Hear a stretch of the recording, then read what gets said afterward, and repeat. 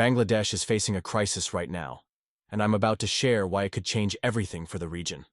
Bangladesh is a country that's often overlooked on the global stage, but with a population of over 160 million people, it's a significant player in South Asian politics.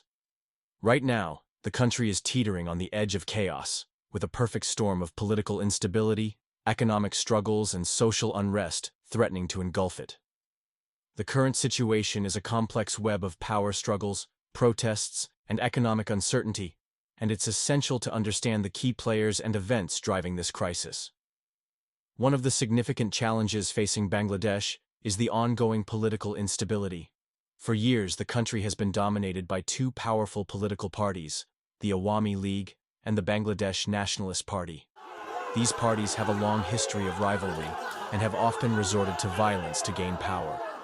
This has led to a culture of fear and intimidation, with opposition parties and activists often facing harassment and arrest. The economic struggles are also taking a toll on the population, with high levels of unemployment and poverty. As the situation evolves, citizens, political leaders, and international observers are all watching with bated breath. While some are calling for calm and restraint, others are demanding radical change. The government claims to be working towards stability, but many are skeptical of its intentions. International observers are warning of a humanitarian crisis, and neighboring countries are watching nervously as the situation unfolds. The people of Bangladesh are caught in the middle, unsure of what the future holds. Some are taking to the streets, demanding reform and justice, while others are fleeing the country, seeking safety elsewhere. The government's response to the protests has been heavy-handed, with reports of police brutality and civilian deaths.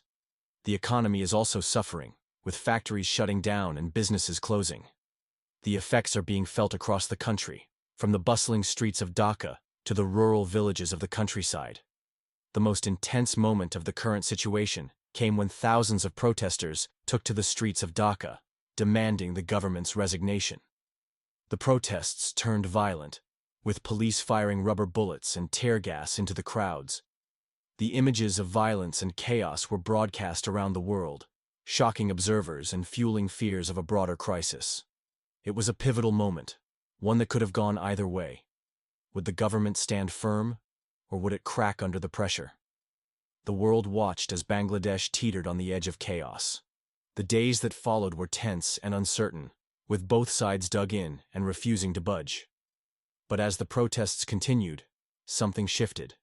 The government, realizing that it couldn't hold out forever, began to make concessions.